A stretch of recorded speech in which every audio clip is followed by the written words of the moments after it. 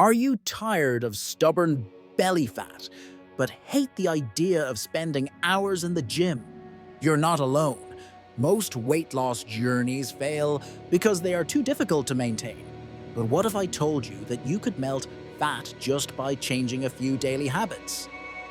First, master your water intake. Drink 2 glasses of warm water 30 minutes before every meal.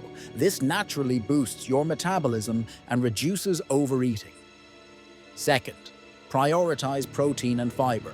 Swap sugary snacks for high-fiber foods like oats or protein-rich eggs. These keep you full longer.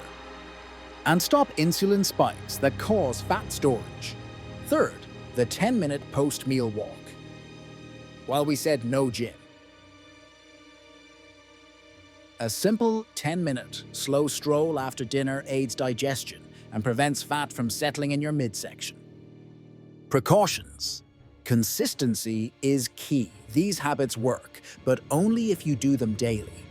Always consult a nutritionist if you have underlying health conditions.